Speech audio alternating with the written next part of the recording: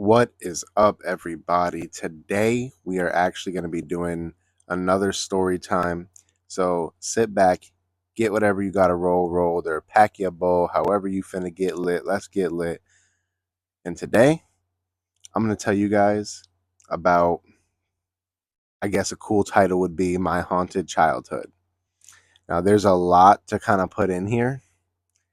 This is not a debate for whether you guys believe me or not. I don't care whether you guys believe me. These are things that have 100% actually happened to me. And whether you believe me or not is besides the point. So listen to the story, enjoy the story, or don't. Either way, I'm going to tell it. So, as always, let's get this sparked and we can start. Cheers.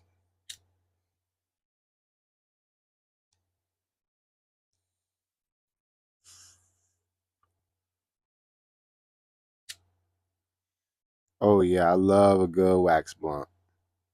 A good wax blunt will get you.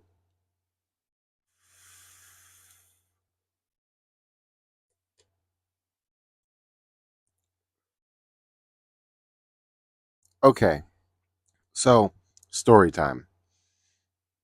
I'm going to start at one of the most memorable places that I've ever lived in, I guess you could say. So I don't know if y'all had a good family dynamic growing up, but I did. And I was able to see my grandmother on weekends, going to grandma's house on a weekend, cookies, food, you being a spoiled little baby, you know what I mean? There's nothing that beats that. So I'm going to start there. My family is no longer connected to this house, so I don't really have a problem talking about it. So let's just dive right in. So this story starts way before I was even born. Crazy.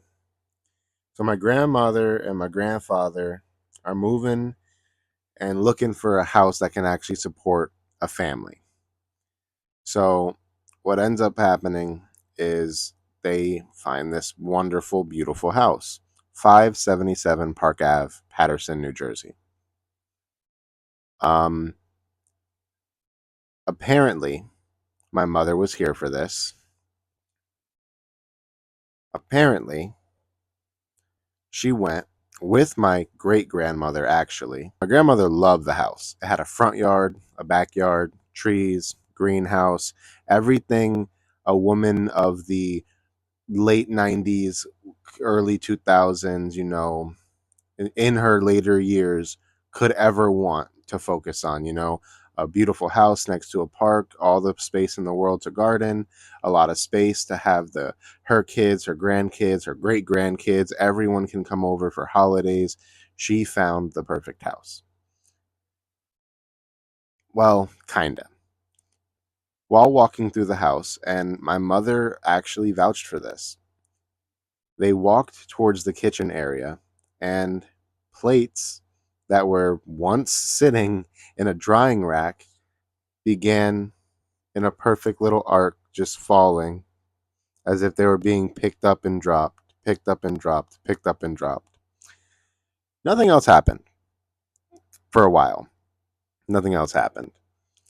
And, I guess you could say it wasn't enough to make her not want the house. That's beyond me. So they get the house. And now 577 Park Ave is a member of the family. So years and years and years pass and pass. And I do have some stories here or there, which I will be adding to later videos that are not my own, about the house. Aunts, uncles, family members, my own mother, all seeing things inside the house, all hearing things inside the house, and along the same kinds of things. Phone calls coming from the house and nobody being on the other line. Literally, and you call the cell phone of my grandmother, and all of a sudden she picks up watching a telenovela or something. A lot of weird things. But I'm going to go to some of my earliest memories here.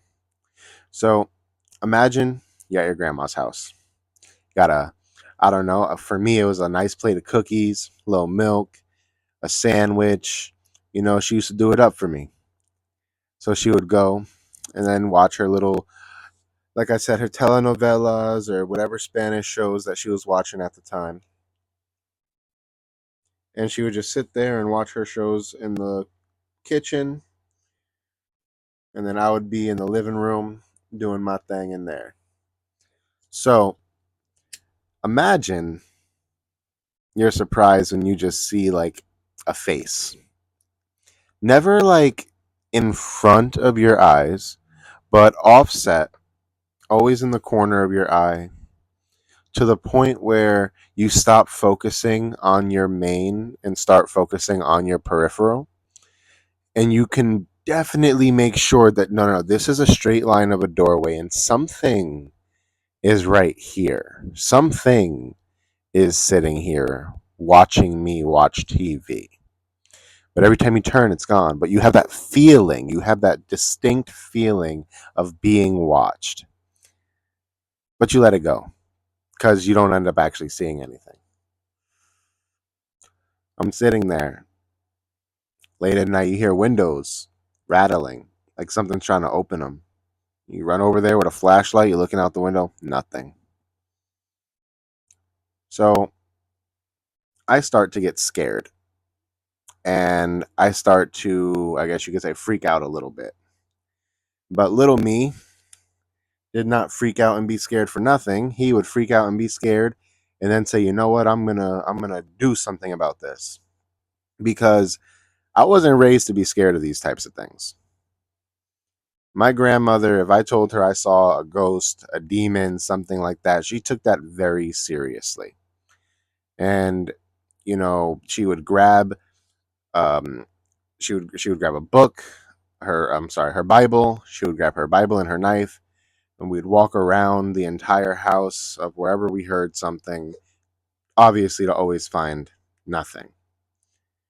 So after a while, this is after my grandfather had left the house. The activity started to get really bad, even though there were little things here or there. Once he left the house, the activity really skyrocketed. That's when we would get phone calls.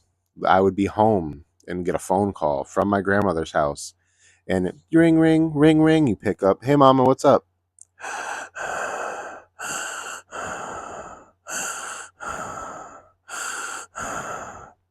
That's all you hear. Freak out, hang up, pick back up. No, I didn't call you. I didn't call you, sweetie. What's wrong? So now we think someone in the house of mama. Run over there with my mom. Um, Walking through the house, looking everywhere, every floor, like a police sweep from the basement to the first floor to the second floor to the attic.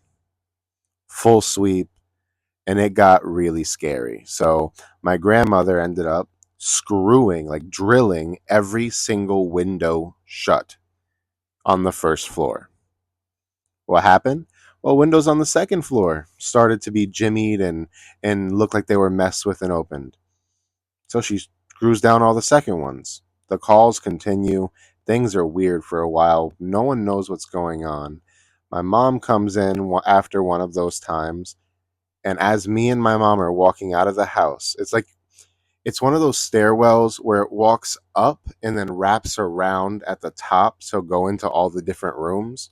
So if you're standing at the bottom walking around the stairs, you can see that top balcony. So as we're walking past the stairs, we can see this, I don't know how to explain it, like a dark mass, like almost like a person hunched over on the guardrail, kind of like just sitting there. But we're walking past and we don't really notice it too much. We notice it as we're walking. We both stop and look at each other. Well, as I said, we're from Paterson, New Jersey. So my mom pulled out her switchblade and ran right up the stairs. And that's my mom. So I ran right up after her.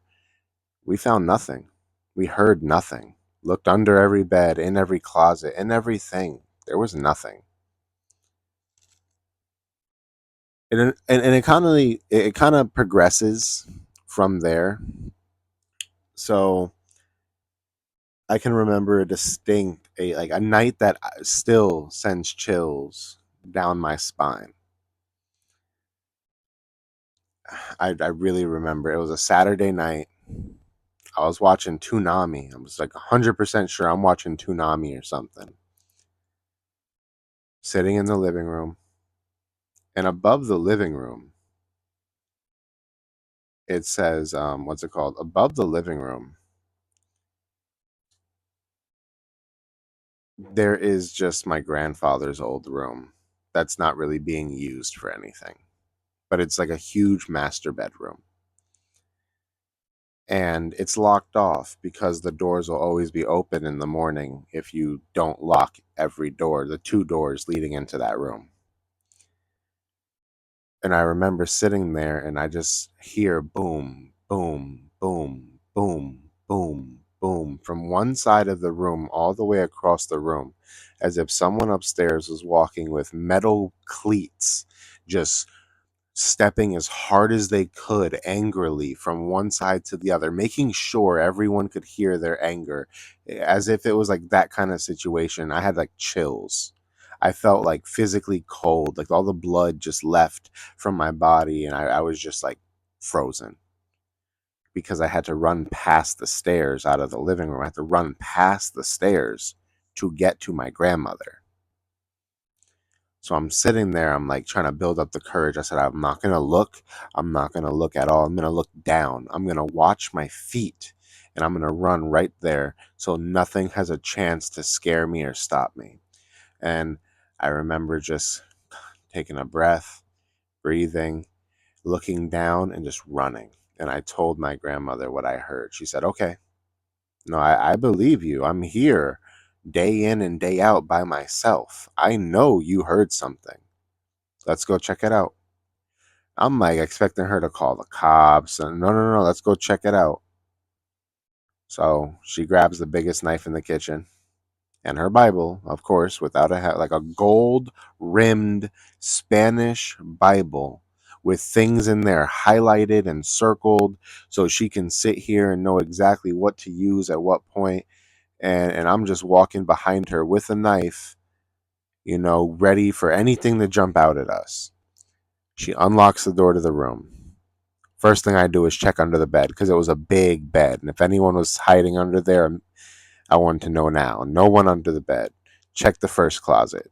No one in the first closet. Check the second closet. No one in the second closet. Check the bathroom. No one in the bathroom or the bathroom closet. Whole room is cleared with two locked doors. So now we're like, what? So now we're checking every window. Check all the windows and they're still drilled shut. I don't know what was in that house. I don't know if it is still there. I know that that house is currently brought by an I believe it is a like a Jewish home for people. Like it's one of those like um like homes for Jewish people. And I don't care. I don't want the house. But I'm saying like just it's where it is sitting now. And I wonder if they have any problems. I remember people getting physically upset if they were in the house too long. Some people more than others. Like almost like it made them anxious, which is funny because I'm going to take names out for this part, but there was a time where my mother was helping my grandmother kind of try to dispel a lot of this negative energy. And something special was done to the house to make sure that anyone with negative intentions or wanting to wish harm upon my grandmother or the house, that they would not be able to walk through the threshold of a door. And the funny part is there were people that would come visit my grandmother religiously that after that was done came to the door and turned around and left. literally would come and then just left. And it wasn't until, I'm going to sound so rich when I say this, but it was like not a rich thing. Then the maid accidentally swept up something she wasn't supposed to. No one's mad at her. It just happened, whatever. Um, and certain people started to come around again. And there was a good amount of time in between that. It was just a really weird coincidence. But I do feel like that house affected people emotionally. And it was definitely something weird.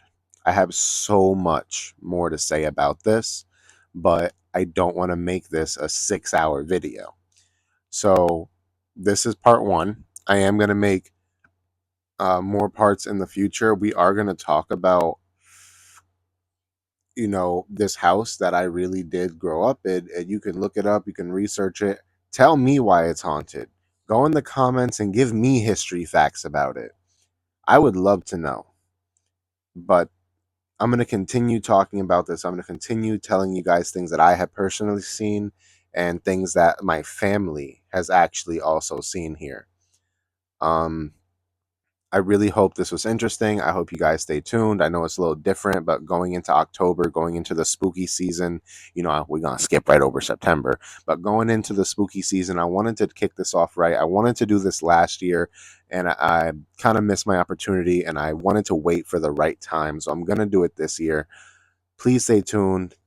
I have a lot more to say. And again, I don't care if you believe me or not. Listen to the story. I just want to make sure that it's said and it's known somewhere, because having all these things happen and not being able to talk about them or have them somewhere where more people can kind of put their input, look at the history of the place, maybe they'll find something I haven't been able to, you know, that's kind of what I'm hoping for, because the fact that so many crazy things did happen, there has to be a reason. But I'm going to tell you guys some more stories next time. Again, thank you. This is My Haunted Childhood. Make sure you tell your mama about me. Make sure you tell your mama about me, your friends about me, your cousins about me. Let's make this channel grow.